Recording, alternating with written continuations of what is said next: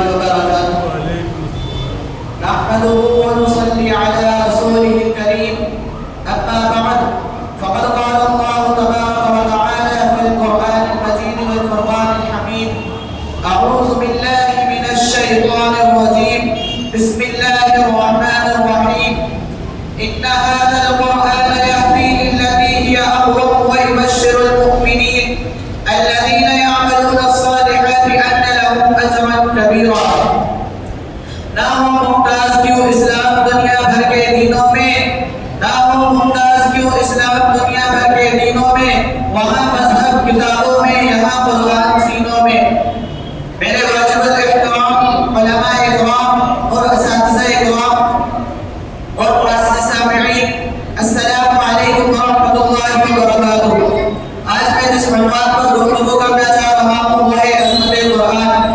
قرآن مجید وہ عظمت والی کتاب ہے جس کے اندر کوئی شک و شبہ کی گنجائش نہیں. قرآن مجید وہ عظمت والی کتاب ہے جو ہمارے لیے رہبر ہے. قرآن مجید جس ذات کی طرف سے نازل ہوا وہ ذات بھی ایسی ذات ہے کہ اس ذات کے علاوہ کوئی عبادت کے لائق نہیں. وہ وحدہ لا شریک لہ کی ذات ہے. قرآن مجید جس پیغمبر پر اترا وہ پیغمبر بھی تمام انبیاء کا سردار ہے کہ جن کی پوری زندگی میں پوری انسانیت کے لیے زندگی گزارنے کا نمونہ موجود ہے. قرآن مجید جو فرشتہ لے کر آیا وہ فرشتہ بھی تمام فرشتوں کا سردار ہے. وہ ایسا فرشتہ ہے کہ رب کائنات کے نزدیک مرتبے والا ہے. قرآن مجید وہ عظمت والی کتاب ہے جو ہمارے لیے رہبر ہے. قرآن مجید وہ عظمت والی کتاب ہے جو حق و باطل کے درمیان فرق کرتی ہے. پھر کیوں نہ کہوں یا الہی تو ہمیں عامل قرآن کر دے، یا الہی تو ہمیں عامل قرآن کر دے، پھر ایسے ویسے مسلمان کو مسلمان کر دے.